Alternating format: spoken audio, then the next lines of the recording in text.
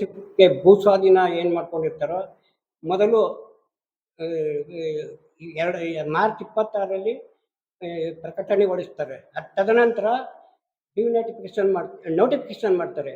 ಅನಂತರ JMC ಮಾಡೋಕ್ಕೆ ಬಿಡ್ತಾರೆ.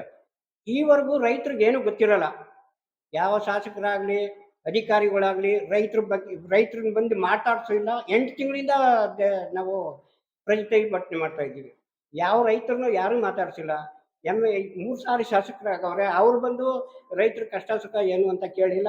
ರೈತರು ಕೇಳಿ ಭೂ ಸ್ವಾಧೀನ ಮಾಡ್ಕೊಳಕ್ಕೆ ಹೊರಟಿಲ್ಲ. ಆ ಭಾಗದಲ್ಲಿ ಏನಾಗಿದೆ, ಪೂರ್ವಕ್ಕೆ ಮುಖಿ ನದಿ ಹರಿತಾ ಇದೆ, ಪಶ್ಚಿಮಕ್ಕೆ ವೃಷಭಾವತಿ ನೀರು ಹರಿತಾ ಇದೆ. ಅಲ್ಲಿ ಎಲ್ಲ ಫಲವತ್ತಾದ ಭೂಮಿ. 10,000 ಮರಗಳಿದೆ, 6,000 ತೆಂಗು ಮತ್ತು 10 ಲಕ್ಷ ಮರಗಳಿದೆ. 6 ಲಕ್ಷ ತೆಂಗು, 4 ಲಕ್ಷ ಅಡಿಕೆ, ಇತರೆ ಮರಗಳು, ಬೇರೆ ಬೇರೆ ಜಾತಿ ಮರಗಳು ಅಲ್ಲಿ ಇದೆ. ಅಲ್ಲಿ ಏನಾಗಿದೆ ಅಂದರೆ ಎಲ್ಲ 85% ಬಡ ರೈತರು, ಎಲ್ಲ ಕೂಲಿ ಕಾರ್ಮಿಕರು. ಅವರು ಪಶುಸಂಗೋಪನೆ ಮಾಡಿಕೊಂಡು ಹಾಲು ಕರೆದಾಕೊಂಡು ತಿಂಗಳಿಗೆ 6 ಲಕ್ಷ ಲೀಟರ್ ಹಾಲು ಕರಿತಾವ್ರೆ.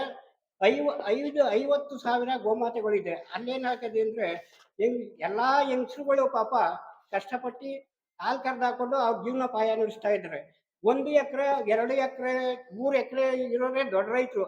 ಅದರಲ್ಲಿ 3 ಜನ 4 ಜನ ಅಣ್ತಮ್ಮಂದಿರು ಇದ್ದಾರೆ. ಅದರಲ್ಲಿ ಇವ್ರು ಟೌನ್ ಶಿಫ್ಟ್ ಮಾಡಬೇಕು ಅಂತ ಹೊರಟಾಗ ಆ 3 ಜನ 4 ಜನಕ್ಕೆ ಎಷ್ಟು ಬರ್ತದೆ? ಒಂದು ವರ್ಷದಲ್ಲಿ ಅವ್ರು ಸರ್ವನಾಶ ಆಯ್ತಾರೆ. ಅವ್ರಿಗೆ ಬೇರೆ ಏನು ಬರೋದಿಲ್ಲ. ವ್ಯವಸಾಯ ಬಿಟ್ಟರೆ ಯಾವ ಕಸುಬು ಇಲ್ಲ ಅವ್ರಿಗೆ. ಇವ್ರು 40 ವರ್ಷ, 50 ವರ್ಷ, 60 ವರ್ಷದವ್ರು ಏನು ಕೆಲಸ ಕೊಡ್ತಾರೆ? ಈ ರೈತರು ಒಕ್ಕಲೆಬ್ಬಿಸ ಅಂತ ಕೆಲಸ ಈ ಸರ್ಕಾರ ಆಗಲಿ ಈ ಶಾಸಕರಾಗಲಿ ಯಾಕೆ ಮಾಡ್ತಾರೆ? ಏಕಾಏಕಿ ಇವಾಗ ನೋಡಿ, ನಾಳೆ ಕರೆದವ್ರೆ, ಇವತ್ತು ಇದು ಮಾಡಿ ನಾಳೆ ಕರೆದವ್ರೆ. ನಿಮಗೆ ಇದು ಕೊಡ್ತೀವಿ, ಫಿಕ್ಸ್ ಮಾಡಬೇಕು ನಿಮಗೆ ಅಂದ್ಬಿಟ್ಟು, ರೇಟ್ ಫಿಕ್ಸ್ ಮಾಡಬೇಕು ಅಂದ್ಬಿಟ್ಟು ಕರೆದವ್ರೆ. ಆಮೇಲೆ ರೆವಿನ್ಯೂ ಸೆಕ್ರೆಟರಿಗಳು ಅಂದ್ಬಿಟ್ಟು ಟ್ಯಾಂಕ್ಗಳ ಮೇಲೆ, ಹಾಲಿನ ಡೈರಿಗಳ ಮೇಲೆ, ಹೋಟ್ಲುಗಳ ಮೇಲೆ ಅಂತ ಹಾಕಿಸ್ತಾವ್ರೆ. ನಾಳೆ ಬನ್ನಿ ರೇಟ್ ಫಿಕ್ಸ್ ಮಾಡ್ತೀವಿ ಅಂತ. ಇದು ಎಷ್ಟು ಸರಿ ಸರ್? ಯಾರಿಗೆ ಗೊತ್ತಿರ್ತದೆ? ಇದು ಯಾವ ರೈತನಿಗೂ ಗೊತ್ತಿರಲ್ಲ.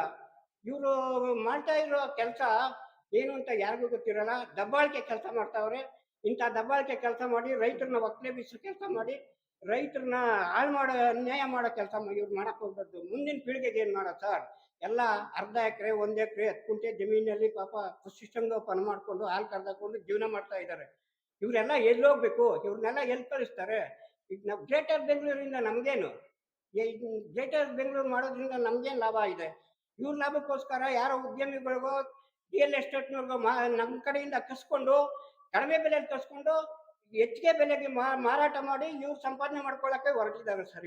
ಇವರು ಈ ನ್ಯಾಯ ಎಷ್ಟು ಸರಿ? ಯಾಕೆ ಈ ಕೆಲಸ ಮಾಡ್ತಾರೆ? ರೈತರನ್ನ ಒಕ್ಕಲೆಬ್ಬಿಸುವಂಥ ಕೆಲಸ ಮಾಡ್ತಾರೆ. ಇವ್ರ ಮನೆಗೆ ಬಾಕ್ಲಿಗೆ ಏನೋ ಹೋಗಿದ್ವಾ ನಾವು ಅಕ್ವೈರ್ ಮಾಡ್ಕೊಳ್ಳಿ ಅಂತ? ನಮ್ಮ ಜೀವನ ನಾವು ಮಾಡ್ತಾ ಇದ್ದೀವಿ. ನಮ್ಮ ಜೀವನ ಕಟ್ಕೊಂಡು ಸಮೃದ್ಧಿಯಾಗಿ ಬದುಕ್ತಾ ಇದ್ದಾರೆ. ನಮ್ಮನೆ ಒಕ್ಕಲೆಬ್ಬಿಸಿ ಹಾಳು ಮಾಡ್ತಾ ಇದ್ದಾರೆ. ಇನ್ನು 2 ವರ್ಷ 3 ವರ್ಷ ಇದ್ರೆ ಈ ಬೆಂಗಳೂರು ಸುತ್ತಮುತ್ತ ಯಾರು ರೈತರಿಲ್ಲ. ರೈತರ ಹೆಸರಲ್ಲೇ ಇಲ್ದಂಗೆ ಮಾಡಕ್ಕೆ ಕೊಡ್ತಾರೆ ಸರ್ ಇವರು. ಅಷ್ಟು ಹೇಳಿ ನನ್ನ ಮಾತನ್ನು ಮುಗಿಸ್ತೀನಿ.